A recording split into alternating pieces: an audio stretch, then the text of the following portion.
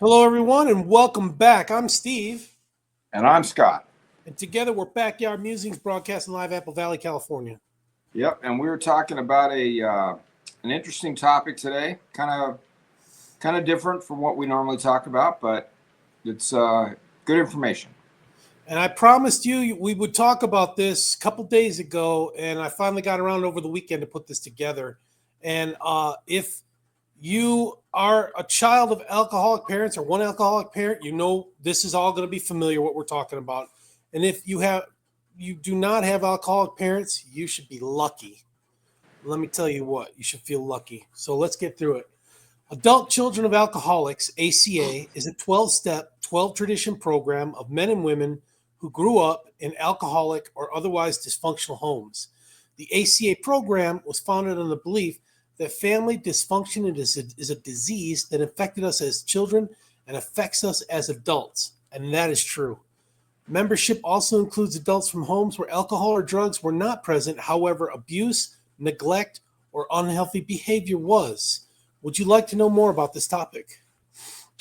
The struggles caused by growing up with a parent living with an active addiction continue throughout the child's life to plague their abilities to live balanced and emotionally healthy lives.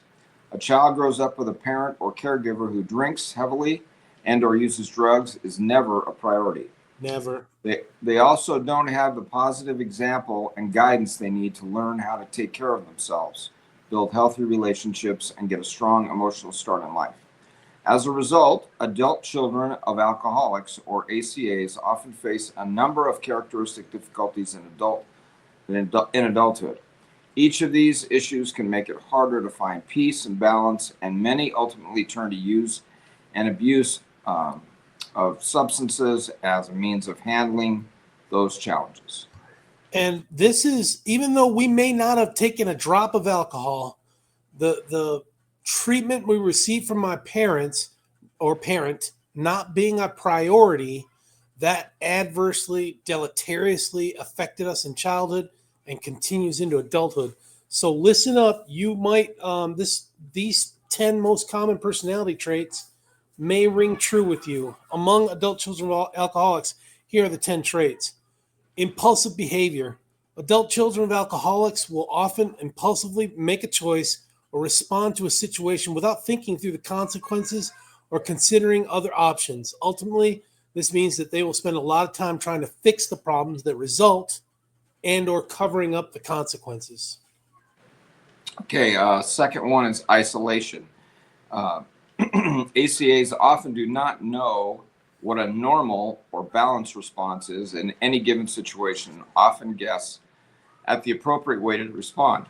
They often feel like they are different from everyone around them, and many believe that they either cannot function with other people as a result, or they should be given special treatment and allowances, and that's probably not a good thing, and allowances for dysfunctional behavior, which can make it difficult to maintain positive relationships. This sense of isolation can be a huge trigger for relapse and should not be ignored. Yep. Number 3, inconsistency. ACAs have a difficult time with follow through and often overcommit in their work and home lives as well as in personal relationships. Though they often feel the need to take care of everyone and everything around them, they will find it difficult to follow through and make good on their commitments. So that's kind of a like a 180 reversal, right? They were ignored or neglected or abused when they were kids, so now they're trying to compensate for it by Let just. me let me give you an example. You're dating a girl, and on the second date, you're talking on the phone. She says, "Well, I love you, and I just want to spend the rest of my life with you." That's an overcommitment, and you can tell that that person has had. It's a trigger that that person has had difficulties in the past. But that's an example.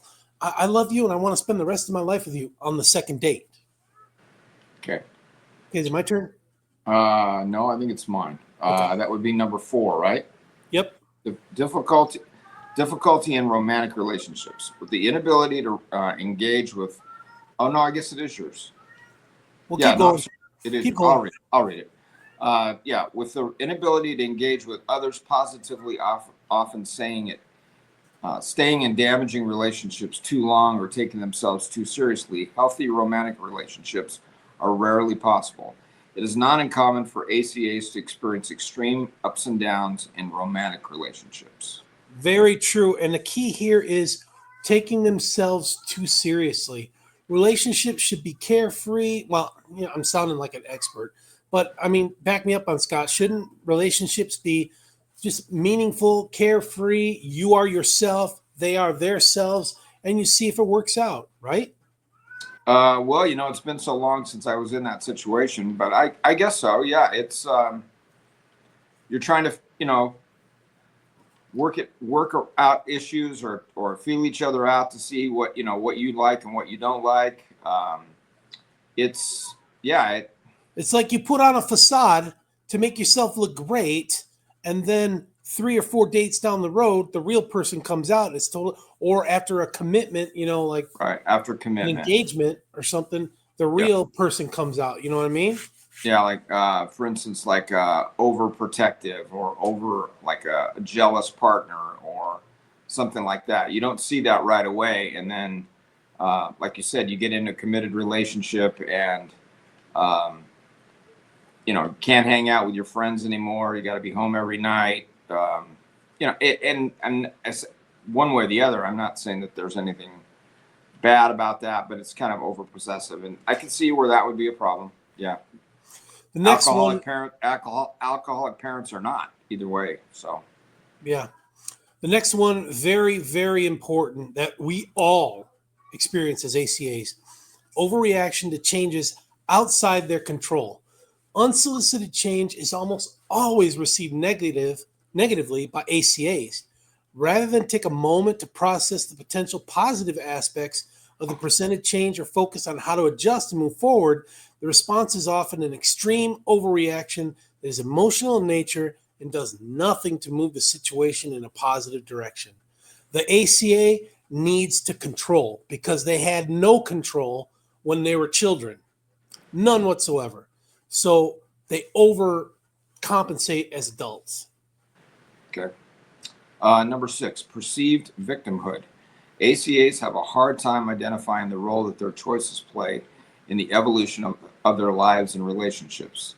Instead, they often blame the people around them for the consequences of their choices, often defending themselves by saying, well, you did X, so I was forced to do Z. Um, because they have a difficult time acknowledging their mistakes, they often repeat them since they're unable to learn from them and make better choices the next time. So, Yeah, it's like a repeating cycle. And you really need help to heal from this. You really need the 12 step and others to help heal from this. Okay, number 7, judgmental behavior.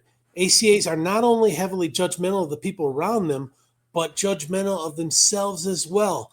Scott, I think we were talking about shame, that I would have shame attacks every so often. They would be powerful, gripping. This is part of it. It makes it difficult to ever truly feel content when there is an underlying disease, not only with the people and situations that surround them, but with themselves as well. number 8, seeking approval from others. ACAs often prioritize the opinions of others and have a difficult time taking criticism of any kind. Even if it's well meant, accurate, or constructive, the response is often to villainize the person making the criticism, say that they don't know what they're talking about, or to shut down this discussion with some form of emotional manipulation like crying or silent treatment or blaming or etc. Things like that. Yeah. Number 9, lying when the truth would not be problematic. Because ACAs are often unfamiliar with what a socially acceptable response to a given situation looks like, their go to may be a lie, exaggerate, or omit, even in situations where the truth would be perfectly acceptable. They have to protect themselves, they have to have a shell. So a go to thing may be lying. Substance use disorders. Though ACAs know firsthand how devastating the use of alcohol and drugs can be, they may still develop substance abuse problems themselves. It may be genetics, being raised in an environment permissive of heavy abuse or heavy substance abuse, early age, or of first use, a lack of positive coping mechanisms for managing stress, or some combination of all these things. So, Yeah, and it's not just limited to like substance abuse. There's other types of abuse, what I want to call that, nymphomania, when you just got to have sex all the time at any cost. That is part of the disease too. Overcompensating, like having an infatuation with comic books or some other thing, where it's just over the top. We talk about drugs a lot. I mean, that's substance abuse, but there are other kinds. Do your decisions and answers to life not seem to work? Has your life become unmanageable? Have you exhausted all the ways you thought you could become happy? Do you have problems with creativity, flexibility, or a sense of humor? Continuing the same existence is no longer an option. Nevertheless, you found it almost impossible to abandon the thought of being able to fix yourself. Exhausted, you held out hope that a new relationship, a new job, or a move would be the cure, but it never was. I've experienced all of these. Does this sound like you or a loved one? okay, so what happens at ACA meetings? We share what is happening in our lives and how we are dealing with these issues in our recovery program. For example, we share our experience, strength, and hope. We build a personal support network. Yep. We practice our recovery and personal boundaries by giving service. Very important, giving service. Yep. Individuals recover at their own pace. It's not everybody moves forward at the same pace. There's relapses. We have learned by experience that those ACA members who make the greatest gains in the shortest amount of time are using the tools of recovery. And there are tools, and we're going to talk about them now. Go ahead, Scott. Okay, so the tools of recovery, we go to meetings and call program people to discuss recovery issues. We read ACA literature and learn about the experiences of others while gaining clarity on our own experience. We define and enforce our boundaries. We work and use the 12 steps and 12 traditions. We identify the people, places, and things that are healthy and useful to our lives today and discard those that are not.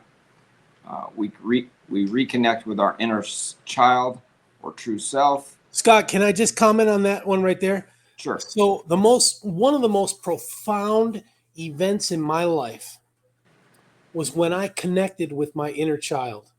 And it was probably 2015. What's that, 10 years ago? When I was going through the 12 step to heal myself and finding this inner child. When I found my inner child, I just gushed out in tears, just humbling tears of finding myself. It was, I think it was step 3 or step 4 in the 12 step process. It was early on and it was earth shattering. Let me tell you. So were you in a group setting when you did that, or was No, it just you? I was working that step on my own at home alone. Thank goodness nobody was around. Okay. We work with a sponsor and build support networks. We attend meetings that focus on issues upon which we need to work, and we give service in ACA. So what is that? Like you might be a mentor, or you might counsel somebody. You might help set up the room or get it ready for when the people come. You might spearhead the 12 step. You might sometimes a group of 3, 4, 5, 6 are working on the 12 step together. Step 1, and they'll spend 1 week, an off week for a meeting, an off day, and work on that, and then they'll just go together. But like I said, normally it's at your own pace, but sometimes there's groups that work together on the 12 steps. So gradually, we begin to recognize the negative parenting messages from our childhoods that drive our lives. We learn how to replace them with healthy behaviors. This is a first step toward reparenting. As we gradually reparent ourselves, our outlook on life changes. We begin to look at it from an emotionally mature perspective. Ultimately, we become happier, stronger, more capable people, more able to handle life. We learn to respect others and ourselves. The quality of our lives improves as we learn to define and communicate our boundaries and insist that they be honored. And this is a true statement because I've lived it. Well, do you want to read that last paragraph? Sure. So if any of these rang true for you, 2, 3, 4, 5, 6, whatever, you've got a parent that's an alcoholic or two parents that are alcoholics. This is your personal invitation to come to ACA, Adult Children of Alcoholics, and to keep coming back. Your presence in meetings helps all of us in our recovery. We know that this program works for us. We have yet to see anyone fail who honestly works the program. This is our path to sanity and our program to serenity. And you can find out more information at https://adultchildren.org. Okay, so I got to ask you a couple questions, and I don't know, hopefully they're not too personal, but now you have siblings. Were your siblings involved in this program as well? No. No, they didn't. They And didn't. And four of my siblings had substance abuse problems. 4 out of the 7 siblings. I was the eighth and youngest. Okay, so that includes your sister that just passed away about a year ago, right? Oh yeah. Yeah. And was she That one contributed to it. So none of them have sought out any kind of help or anything. And I've tried to mention, hey, there's a program to get help. I've mentioned it to my nephew, who's a grandson of alcoholics and a son of alcoholics. And he does the NA 12-step, and he started doing ACA. I don't know if he followed through, but my nephew listened to me. And then do you continue with this, or you don't do it anymore? I have not done it in probably 6 years since I moved from Kansas City. But if there were people in the high desert that want to have an ACA meeting, I would certainly organize it. And our church, Scott, has a generic 12-step for Alcoholics Anonymous, Narcotics Anonymous, and probably ACA. And the 12 steps are similar, but the ACA is just slightly different, and it focuses on that reparenting. Okay. Well, thanks for sharing that. So, yeah, I hope this helps somebody. Yeah. Yeah. And again, there more than likely there is a program here somewhere, right? Yeah, where there's program meetings, like maybe in Hesperia there's a meeting, maybe in Victorville there's a meeting, maybe in Apple Valley there's a meeting. Okay. All right. Well, we hope this helps anybody that's suffering from this or had parents that were alcoholics, and you're trying to pinpoint or identify some of the issues. So hopefully this helps. Have a good night. Thank you very much. Thanks for joining us. We'll see you this afternoon. Take care, everyone.